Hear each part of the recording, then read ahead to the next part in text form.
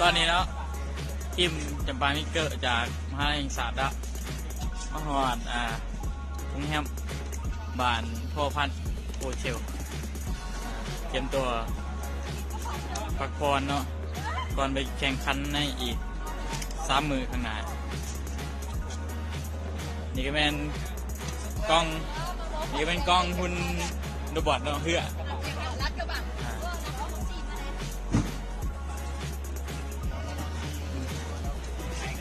ตอนนี้ก็ทีมงานเนาะจำปามิเกอร์ย่างขึ้นน้องแฮมเนาะ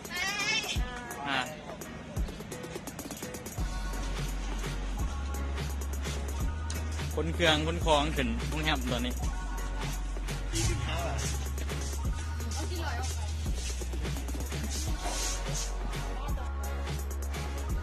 ตอนนี้ทีมงานยังขาเนาะขาเขาน้องแฮมสบายดี